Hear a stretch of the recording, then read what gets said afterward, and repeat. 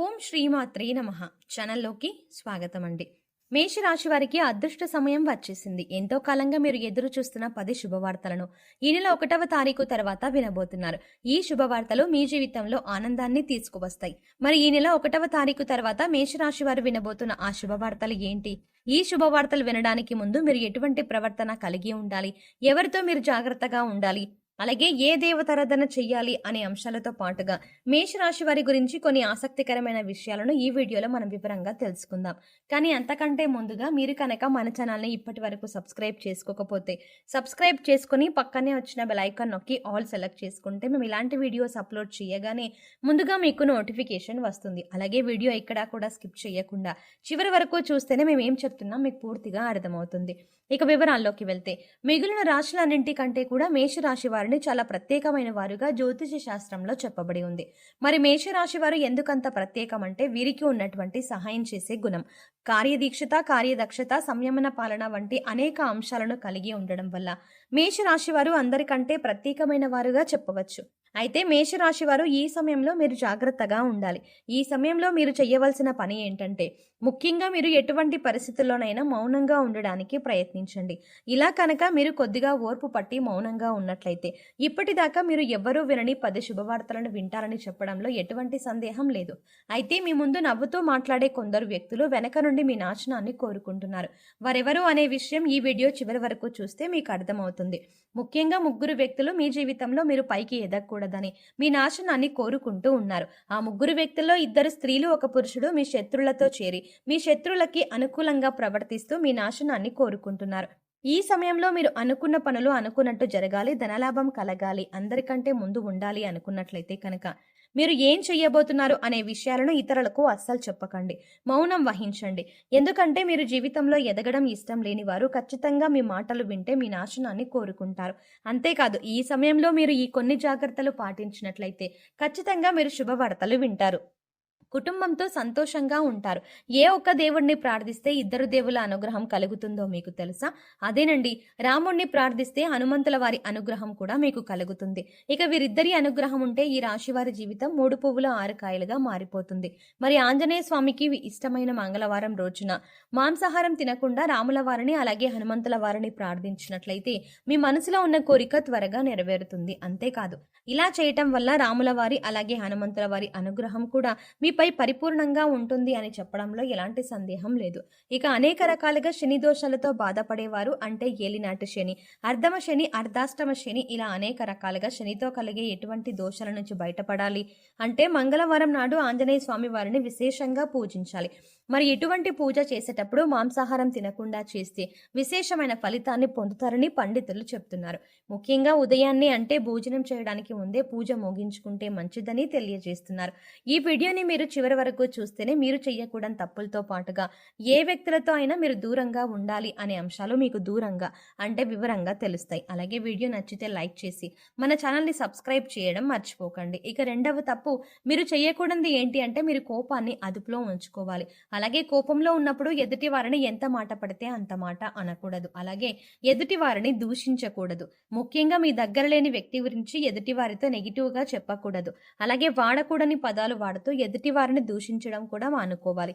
ఎప్పుడైతే మీరు వాడకూడని పదాలు వాడతారో అది ఇంట్లో కానీ మీరు పనిచేసే సంస్థల్లో కానీ ఇరుగు పొరుగు వారితో కానీ ఎక్కడైనా సరే ఇటువంటి పదాలు వాడినప్పుడు లక్ష్మీదేవికి ఆగ్రహం కలుగుతుంది, మిమ్మల్ని వదిలి వెళ్ళిపోతుంది. అప్పుడు మీరు పేదరికం అనుభవించవలసి వస్తుంది. ప్రత్యేకించి ఈ సమయంలో మౌనంగా ఉండాలి. ఈ జాగ్రత్తలు తీసుకుంటే కనుక ఈ రాశి వారు ఈ సమయంలో శుభవార్తలను ఖచ్చితంగా వింటారు. మీరు అనుకున్న పనిలో విజయాన్ని కూడా సాధిస్తారు. మిమ్మల్ని ఎవరైనా రెచ్చగొట్టినా సరే, అనకూడని మాటలని మిమ్మల్ని ఆవేశపరిచినా కూడా మీరు ఈ సమయంలో మౌనంగా ఉండటం వల్ల అనేక ప్రయోజనాలని పొందుతారు అనడంలో ఎలాంటి సందేహం లేదు. కొద్దిగా ఓర్పు వహించినట్లయితే కనుక జీవితంలో మీరు శుభవార్తలను వింటారు. అంతేకాదు మీరు జాగ్రత్తగా ఉండవలసిన ఇంకొక అంశం ఏంటంటే అందరినీ నమ్మి మీరు డబ్బుని అప్పుగా ఇచ్చినట్లయితే కనుక మీకు డబ్బు తిరిగి వచ్చే అవకాశాలు చాలా తక్కువగా ఉంటాయి. ఈ విషయాన్ని మీరు గమనించాలి. ఎందుకంటే ఎవరిని పడితే వారిని నమ్మి డబ్బుని అప్పుగా ఇచ్చినట్లయితే మీ అవసరాలకు డబ్బు లేక మీరు చివరికి ఇబ్బంది పడవలసి వస్తుంది. మనకి ఉన్నంతలో దానం చేయడం, హెల్ప్ చేయడం తప్పు కాదు. కాకపోతే మనం చేయలేని సహాయాన్ని కూడా మీ భుజాల మీద వేసుకొని చేయడం వల్ల మీరు చిక్కుల్లో పడే అవకాశం ఉంటుంది. ఈ విషయాన్ని మీరు గమనించాలి. ఇక ఆర్ అనే అక్షరంతో పేరు మొదలయ్యేవారు ఎవరైనా ఉంటే అటువంటి వ్యక్తుల వల్ల మీ జీవితంలో కష్టాలు అధికంగా వస్తాయి. కాబట్టి అటువంటి వ్యక్తులు ఎవరో మీరు పరిశీలించి అభ్యర్థులకి మీరు దూరంగా ఉండటం మంచిది అని సూచించడం అయినది. అలాగే కష్టాల్లో ఉన్న వారికి మీకు వీలైనంతగా సహాయం చేయడం వల్ల మీరు అదృష్టాన్ని పొందవచ్చు. అంతేకాదు ఈ రాశి వారు ఎవరినైనా మంచి పొజిషన్కి తీసుకువెళ్ళాలి అనుకుంటే అలా చేసే శక్తి ఈ రాశి వారికి ఉంటుంది. వీరికి ఉన్న పలుకుబడిని ఉపయోగించి వీరికి కావలసిన వాళ్ళని అందలం ఎక్కించగలుగుతారు. మీరు ఎవరిని కూడా గుడ్డిగా నమ్మకూడదు. మీరు ఏదైనా కష్టం వచ్చినా ఎదుటి వారితో చెప్పడం కంటే కూడా ఆ దేవుడి వద్ద చెప్పుకోవడం అనేది చాలా మంచిది. అంతేకాదు ఒక రకంగా దేవుడి దగ్గర చెప్పుకోవడం వల్ల మీ కష్టాలని దేవుడు విని వెంటనే తీరుస్తాడు. ఎందుకంటే ఈ సమయంలో మీకు దైవ బలం కూడా అండగా ఉంది. ఇక మీలో ఉండే నెగిటివ్ ఆలోచన కారణంగా అంటే నేను చేసే పనిలో విజయం సాధిస్తానా లేదా, నేను పనిని కరెక్ట్గా చేస్తున్నానా లేదా అనే ఆలోచనతో ఉండడం వల్ల మీరు చేసే పనిలో పొరపాటు జరిగే అవకాశం ఉంటుంది.